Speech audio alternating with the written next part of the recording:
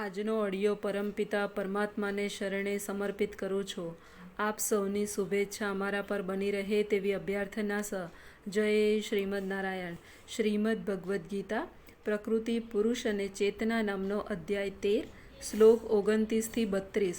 જે મનુષ્ય પરમાત્માને સર્વત્ર તથા જીવ માત્રમાં સમાન રૂપે હાજર રહેલા જુએ છે તે પોતાના મનથી પોતાને અધપતિત કરતો નથી. એ રીતે તે દિવ્ય ગતિ પ્રાપ્ત કરે છે.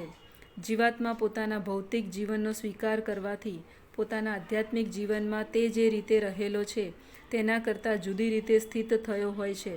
પરંતુ જો તે સમજી જાય કે પરમેશ્વર પોતાના પરમાત્મા સ્વરૂપમાં સર્વત્ર સ્થિત છે, એટલે કે તે જો પૂર્ણ પુરુષોત્તમ પરમેશ્વરની ઉપસ્થિતિ જીવ માત્રમાં જોઈ શકે, તો તે વિઘટનકારી માનસિકતાથી પોતાનું અધપતન કરતો નથી અને તેથી તે ક્રમે ક્રમે વૈકુંઠ લોક પ્રતિ પ્રગતિ સાધે છે.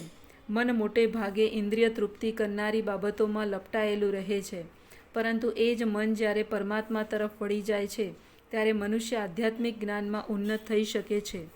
જે મનુષ્ય એમ જોઈ શકે છે કે સર્વ પ્રવૃત્તિઓ દેહ દ્વારા કરવામાં આવે છે અને દેહનું સર્જન ભૌતિક પ્રકૃતિ દ્વારા થયું છે, તેમજ એમ પણ જુએ છે કે આત્મા કશું કરતો નથી, તે જ ખરેખર સત્ય જુએ છે.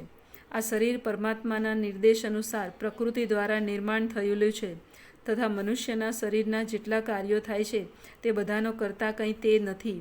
મનુષ્ય જે કંઈ કરે છે એમ ધારવામાં આવે છે કે તે કાં તો સુખ માટે કરે કે દુઃખ માટે કરે, તે તેને શારીરિક રચનાને કારણે કરવાની ફરજ પડે છે, પરંતુ આત્મા આ શારીરિક કાર્યોથી અલિપ્ત રહે છે.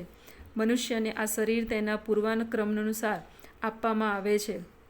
કામનાઓની પૂર્તિ કરવા આ શરીર મળે છે, જેનાથી તે ઈચ્છા અનુસાર કાર્ય કરે છે. વાસ્તવમાં શરીર એક યંત્ર છે જે પરમેશ્વર દ્વારા ઈચ્છાઓની પૂર્તિ કરવા નિર્માણ થવા પામ્યું છે.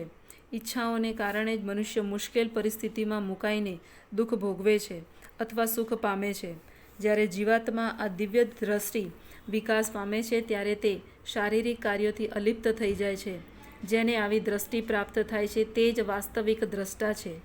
જ્યારે વિવેકી મનુષ્ય વિભિન્ન ભૌતિક શરીરોના લીધે વિભિન્ન સ્વરૂપોને જોવાનું બંધ કરી દે છે અને જીવો કેવી રીતે સર્વત્ર વિસ્તરેલા છે તે જુએ છે, ત્યારે તે બ્રહ્મ જ્ઞાન પામે છે.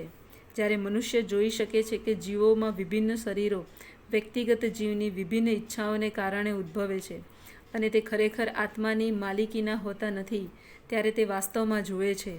દેહાત્મ બુદ્ધિના કારણે આપણે કોઈને દેવ, કોઈને મનુષ્ય, કૂતરો કે બિલાડીના રૂપમાં જોઈએ છીએ. આ ભૌતિક દ્રષ્ટિ છે, વાસ્તવિક દ્રષ્ટિ નથી. આ ભૌતિક ભેદભાવ દેહાત્મ બુદ્ધિના લીધે થાય છે. ભૌતિક શરીર નષ્ટ થયા પછી આત્મા એક રહે છે. એ જ આત્મા ભૌતિક પ્રકૃતિના સંપર્કથી જુદા જુદા શરીર ધારણ કરે છે. જ્યારે કોઈ મનુષ્ય આ જોઈ શકે છે ત્યારે તેને આધ્યાત્મિક દ્રષ્ટિ પ્રાપ્ત થાય છે.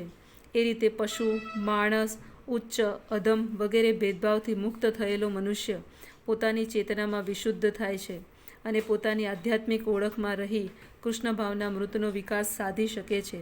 ત્યારે તે વસ્તુઓને કેવી રીતે જુએ છે તેનું હવે પછીના શ્લોકમાં વર્ણન થયું છે. શાશ્વત દ્રષ્ટિવાળા મનુષ્ય જોઈ શકે છે કે અવિનાશી આત્મા દિવ્ય, શાશ્વત તથા પ્રકૃતિના ગુણોથી પર છે.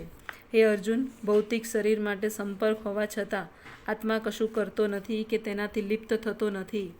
જીવાત્મા જન્મ પામતો હોવાનું જણાય છે કારણ કે ભૌતિક શરીરનો જન્મ થાય છે, પણ વાસ્તવમાં જીવાત્મા સનાતન છે, તે જન્મતો નથી અને ભૌતિક શરીરમાં રહેવા છતાં તે દિવ્ય તથા શાશ્વત હોય છે. એ રીતે તેને નષ્ટ કરી શકાતો નથી. તે સ્વરૂપથી આનંદમય છે. તે પોતાને કોઈ ભૌતિક કાર્યોમાં લિપ્ત કરતો નથી. તેથી ભૌતિક શરીરો સાથે તેનો સંપર્ક હોવાથી જે કાર્યો થાય છે તે તેને લિપ્ત કરી શકતા નથી. જય શ્રીમદ નારાયણ.